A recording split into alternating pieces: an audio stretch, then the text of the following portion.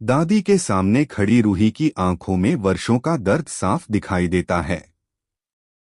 वह गुस्से और आंसुओं के साथ कहती है कि अब उसे 5 साल पुराना पूरा सच पता चल चुका है। दादी ने ही नेहर से झूठ बोला था कि उसका बच्चा मर चुका है और उसी एक झूठ ने उनका हंसता खेलता परिवार बर्बाद कर दिया। रूही सवाल करती है कि आखिर उन्होंने ऐसा क्यों किया और एक माँ से उसका बच्चा क्यों छीन लिया। दादी उसकी बातें सुनकर बुरी तरह भड़क जाती हैं, उसे चुप रहने की धमकी देती हैं और उस पर हाथ उठाने की कोशिश करती हैं। लेकिन इस बार रूही डरने वालों में से नहीं होती। वह दादी का हाथ पकड़कर उनका सामना करती है। तभी वहां नेहर पहुंच जाता है और गुस्से में कहता है कि अब बहुत हो चुका, क्योंकि दादी का हर झूठ और हर साजिश उनके सामने आ चुकी है। दादी के पैरों तले जमीन खिसक जाती है और पूरे घर में सन्नाटा छा जाता है।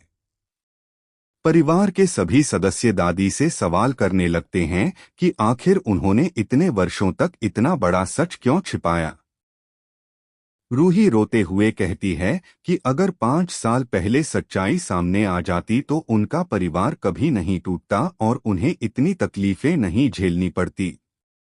दादी खुद को बेगुनाह साबित करने की कोशिश करती हैं, लेकिन इस बार कोई भी उनकी बात पर भरोसा नहीं करता। नेहर साफ कह देता है कि इस घर में अब झूठ और धोखे की कोई जगह नहीं है और दादी को अपने हर कर्म का हिसाब देना होगा।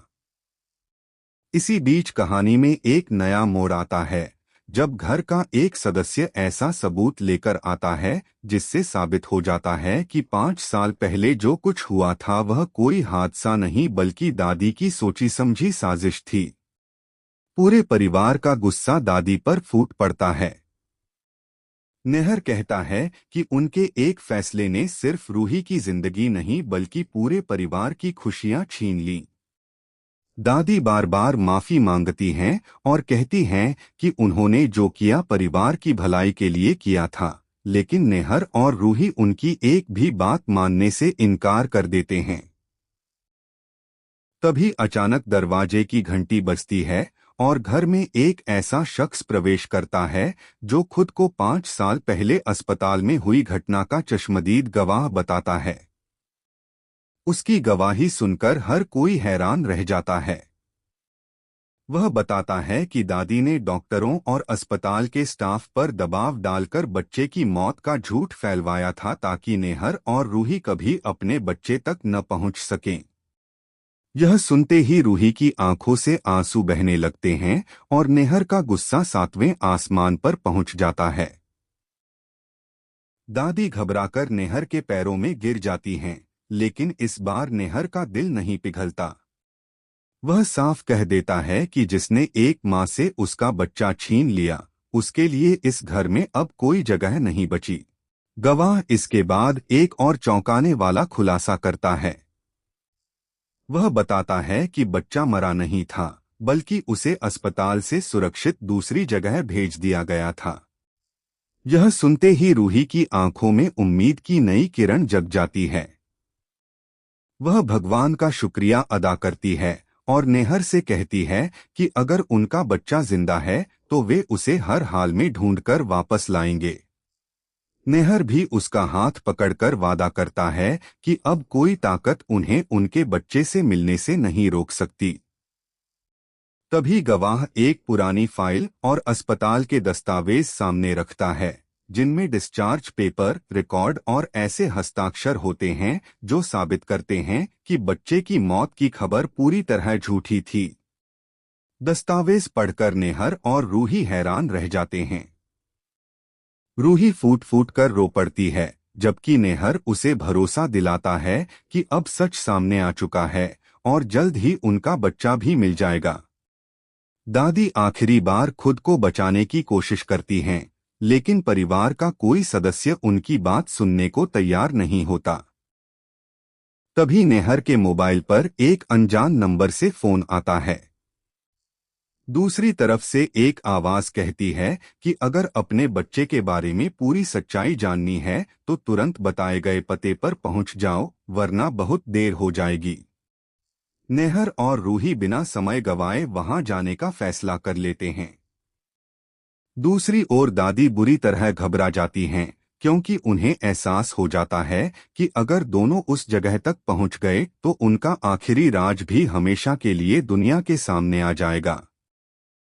इसी बीच एक महिला सामने आकर बताती है कि बच्चे तक पहुंचना आसान नहीं होगा, क्योंकि कुछ लोग अभी भी उस सच्चाई को छिपाने की कोशिश कर रहे हैं। यह सुनकर नेहर दृढ़ निश्चय करता है कि अब वह किसी भी कीमत पर अपने बच्चे को ढूंढ कर रहेगा, जबकि दादी अपनी नई चाल चलने की तैयारी में लग जाती हैं। यहीं से कहानी एक बेहद रोमांचक और बड़े सस्पेंस के साथ अगले एपिसोड की ओर बढ़ जाती है। पहुंच चुके हैं, वह पूरी तरह घबरा जाती हैं। वह तुरंत अपने पुराने साथी को फोन करके किसी भी कीमत पर नेहर और रूही को उस पते तक पहुंचने से रोकने का आदेश देती हैं।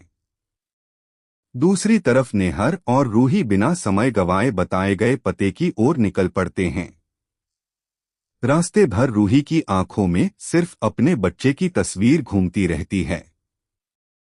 वह भगवान से प्रार्थना करती है कि इस बार उसकी उम्मीद न टूटे। नेहर उसे हिम्मत देता है और कहता है कि इतने सालों के इंतजार के बाद अब सच उनसे ज्यादा दूर नहीं है। उधर दादी लगातार बेचैन होकर इधर-उधर टहलती रहती हैं, क्योंकि उन्हें डर होता है कि अगर पूरा सच सामने आ गया तो उनका हर झूठ हमेशा के लिए बेनकाब हो जाएगा। जैसे ही नेहर और रूही बताए गए स्थान पर पहुंचते हैं, वहां उनका सामना उसी महिला से होता है जिसने फोन किया था। महिला उन्हें अंदर ले जाकर बताती है कि 5 साल पहले अस्पताल में जो कुछ हुआ था वह एक बड़ी साजिश का हिस्सा था। वह कहती है कि बच्चे को बचाने के लिए उसे गुप्त रूप से दूसरी जगह भेज दिया गया था, क्योंकि कुछ लोग उसकी जान के पीछे पड़े हुए थे।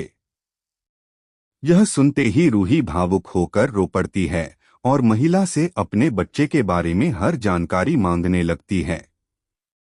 तभी महिला एक पुरानी तस्वीर और एक छोटा सा लॉकेट निकालती है, जिसे देखते ही रूही पहचान जाती है कि यह वही लॉकेट है जो उसने अपने नवजात बच्चे के साथ रखा था।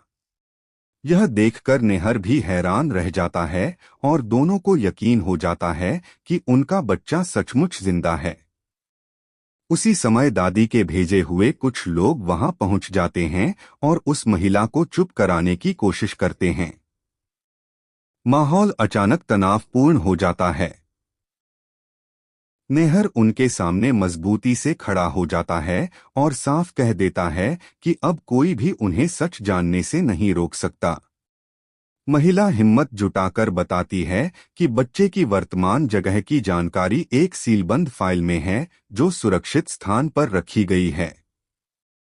जैसे ही वह उस फाइल का नाम लेने वाली होती है, तभी बाहर से तेज आवाज सुनाई देती है और कहानी एक बार फिर बड़े सस्पेंस पर आकर रुक जाती है।